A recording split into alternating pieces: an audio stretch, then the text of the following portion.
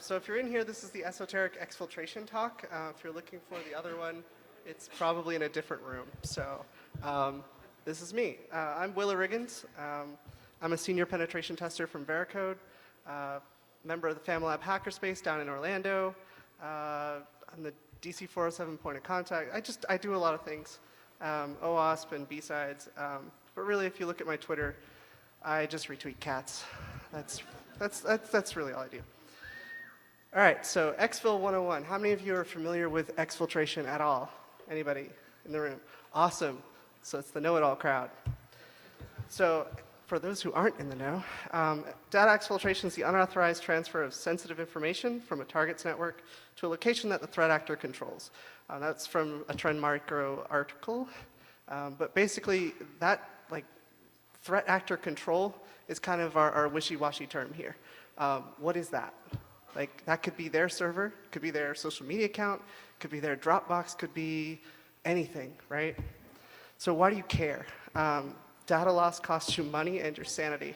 If anybody's ever worked incident response, it sucks when you lose stuff. If you've ever found creds on Pastebin that had your name in it, that sucks. So anyway, back in 2012, Reddit NetSec, anybody follow NetSec on Reddit? Yes. Okay. So I did a survey back in 2012, and 82% of the folks who replied said, hey, this stuff is important. It means a lot to us and our networks and our money and our companies. So let's talk a little bit about covert channels and where to find them. And this is kind of where the meat of the talk is going to be, because I've done all this stuff. I've done the research. I've gotten caught. And the getting caught stuff is kind of the most exciting part, because then you learn how not to do that. So the first thing is mask your traffic with normal usage patterns. So if you know a company uses social media, or they're on web traffic, or they're using protocols for their everyday business like FTP, or everybody uses HTTP or HTTPS. Some folks have RDP open. Just knowing that stuff is really important, because then you can kind of build a model of what does a normal employee's traffic look like, and how can I look like that? Hide data in known safe payloads, so known safe, right? Status updates to Facebook or Twitter, that kind of stuff looks innocuous, right? You probably post 5 tweets every minute. That's that's a lot of data. That's 140 characters times 5. Not a huge amount of throughput there, but it's still cool. You could do something with that. Same with HTTP post. How many ASP.NET devs do we have in the room? Yeah. How many of you hate the view state because it's 2 meg? Yeah, that's 2 meg of data every single request that you could send out, and no one's going to notice it. It's just gone. Encode it, base64 it like view state, put it in a form, and just submit it to whatever web server. That's a meg, every single request, it's gone. The other thing is stay quiet, stay within a normal payload size, like that 2 meg view state. Don't try and upload 36 gig to Twitter. Don't. We've done this. It's not fun. Don't try to do that. You'll get rate limited. People will be like, what the hell is this? Why are there all these tweets with random data in it? Facebook will probably get really angry if I did that.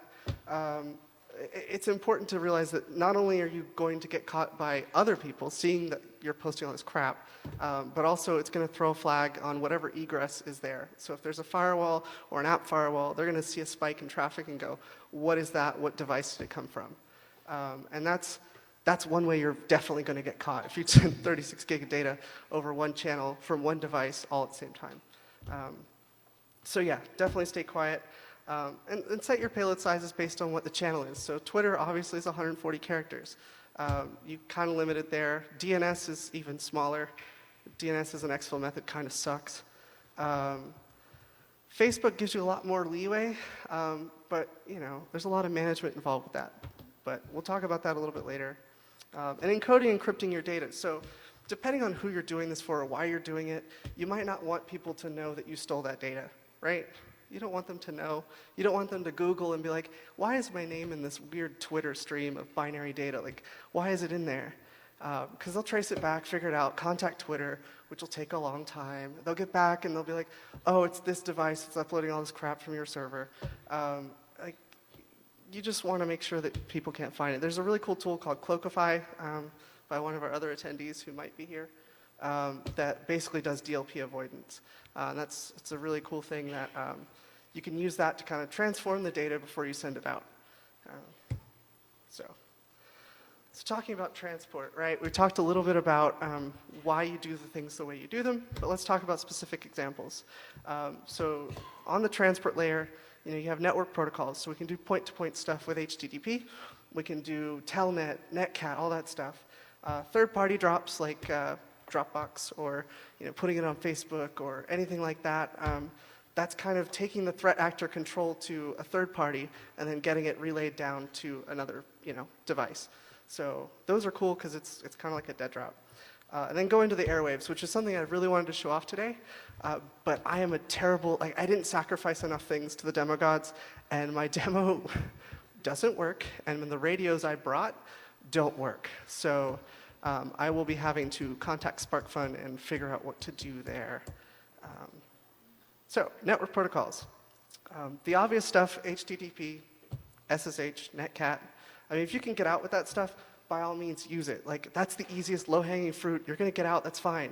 And by the time anyone notices you did what you did, as long as you've throttled it and hidden like you're supposed to, no one's going to notice. You can get all this stuff out. Now, if you have a company with a really awesome SOC who is going to bust you within like 10 minutes of you doing the thing that you did, maybe you should hide in something else. Like, we talked a little bit about RDP. If that's a normal part of your business, RDP into another machine, map the drive, and exfil data that way. It's super easy. You don't need a tool to do it. And no one's going to really notice until later when they're like, why is this RDP session using so much data? So that sort of stuff is really interesting. There's some other stuff where, like, if they use a specific proprietary protocol, I won't name any, but you can basically hide data in that by munging the protocol. So if there's a request that like lists files or something, you could make it so that instead of listing a directory, it lists base 64 of the data you're exfilling. You could do some really cool stuff with that. So that's kind of the discrete way of doing that data on the wire stuff. Third-party drops. Obvious stuff is any file sharing service that will let you upload the size of data that you have. Again, you probably want to throttle it. And these are typically blocked at some proxy level or an egress firewall. Like, if these are available to you, yeah, that's like exfil's done. We have another problem, right? But pastebin, how many of you have pastebin at work? Can you get to pastebin? See, yeah, that's not a lot of hands. That's awesome. So we've blocked pastebin. What else is out there that you could use? Like, there's like 12 other services that do exactly the same thing, and they're probably unblocked. Right? So doing it discreetly, right? We can use Flickr, Imager, and do Stego, put it inside of a picture of a squirrel. Done that. That's awesome. Those two services in particular will let you upload things that are completely lossless. So you upload it and you can download it, and all your Stego data is there. There's simple Python libraries that do all that stuff. The APIs change constantly, but if you keep up with it, I mean, you can exfil data that way. And when it goes out the firewall, it looks like you're uploading squirrel pictures, which is super weird, but nobody's ever going to ask you why. So Twitter and Facebook, I put Twitter in the same category as DNS. I kind of hate it as an exfil method, because 140 characters is just too slow. And by the time you get any meaningful amount of data out that wall, I mean, it's just, you're going to have to recompile it and get it all down, and it's just no fun. Facebook, though, Facebook has this really cool thing called groups. Anybody in a Facebook group? Where's the moms in the room? Because I'm in like 12. Okay. So Facebook groups let you upload files, and it is in the API to let you actually upload files into Facebook groups. So I create a fake Facebook account. I create a group with just me in it, and then I upload a bunch of files. And totally do that, right? And most of you at work, Facebook's unblocked. I know the Army does that. I know a lot of the DoD companies do that because it's required for business theory. So you can't block Facebook, can't block Twitter, can't block all these services that I have to use for business. So I'll abuse them and exfil data. So kind of getting past that and doing the airwave stuff. A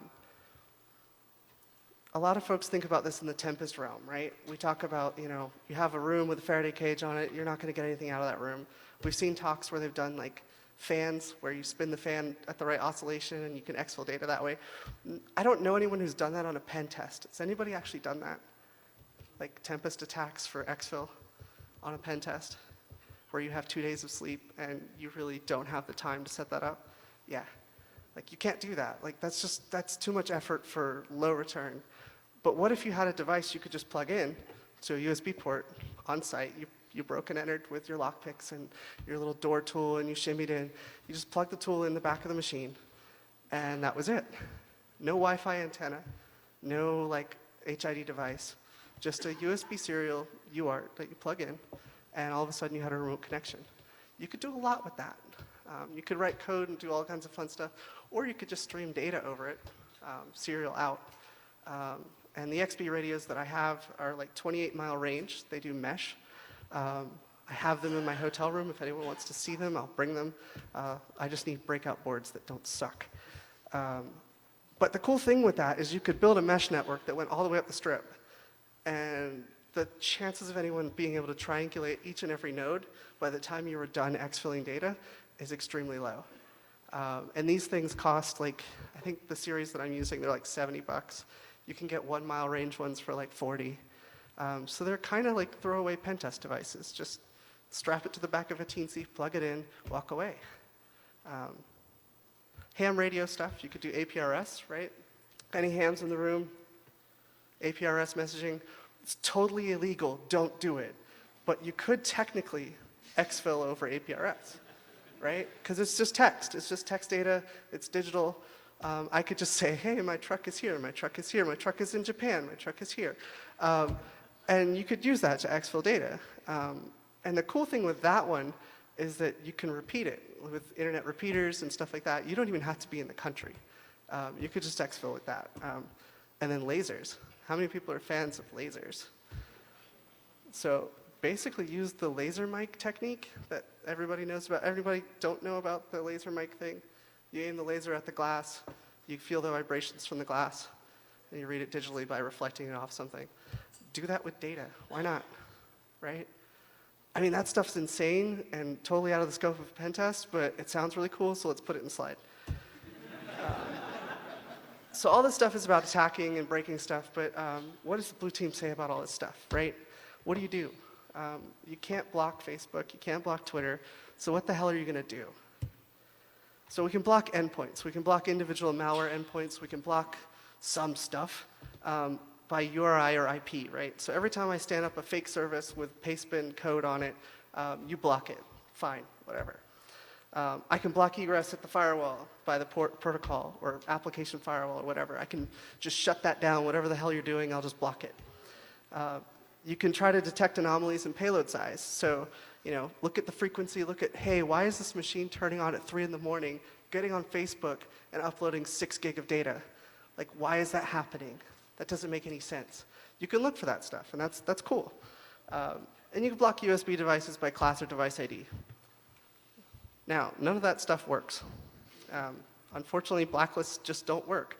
If you've got a proxy at your company, I won't name names, but a lot of them, like you can stand up a new website, categorize it, get it approved through the proxy service, and it's good to go in 48 hours. So you can stand up your malicious website that looks like a My Little Pony fan site, which is awesome, and then have like a /exfil and just exfil data to that. Like, just use your Apache logs, just whatever, it doesn't matter, just stream data out. People think you just really like My Little Pony, and that's fine, please don't access that at work. That's as far as the conversation goes. Cool. We can disrupt normal business if we start blocking stuff. So Facebook, Twitter, Dropbox, a lot of companies use that for large file transfers anyway, but if they have to use it, I can use it. And that's kind of like Moxie Marlinspike talks about the scope of choice with Google and the Facebook and TIA, and how you can't really not use Facebook if you want to be friends with everyone, right? So the choice is then, do I interact with people, or do I just not participate? And that's what we want to force people to do as attackers, is to decide between making money and preventing my exfil. And there's kind of a balance there. And it's for companies to kind of figure out what's more risky. And context is critical but difficult to automate. You can't, like, you can do deep packet inspection. It's awesome, right? DPI can do all kinds of fun things. But if it's inside a squirrel picture and stegode and all this other stuff, like, good luck telling your system to do that. You might have the data in a PCAP somewhere. That's fine. But if you're going to take my 40,000 squirrel pictures and somehow decode them all, you should go play DEF CON CTF.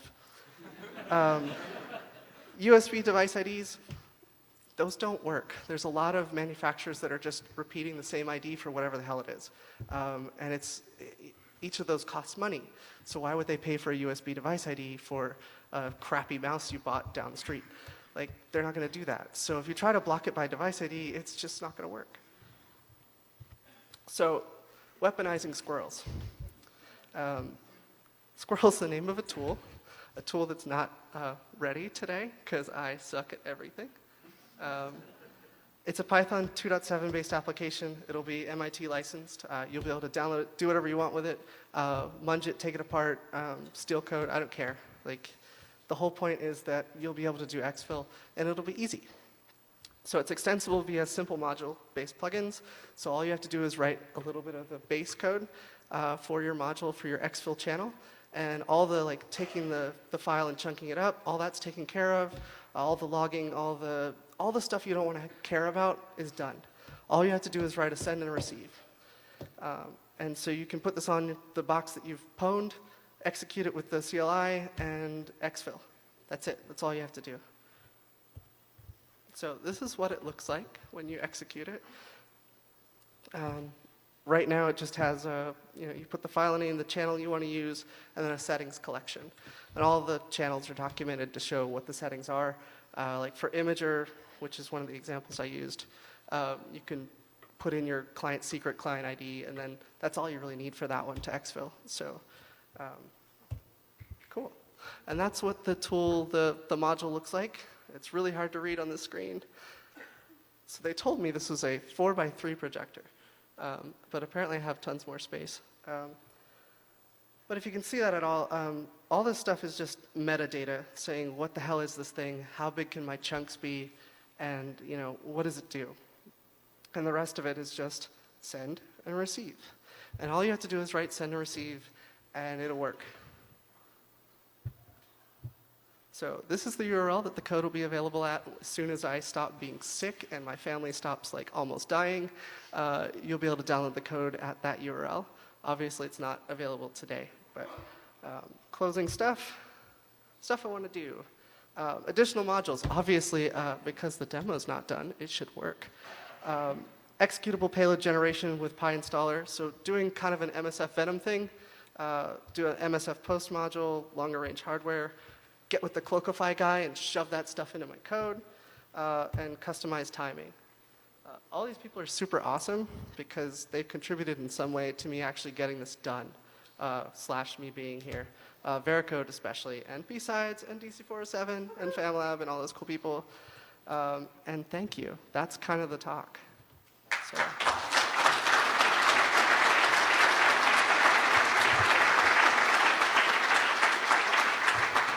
If anybody's ever worked incident response, it sucks when you lose stuff.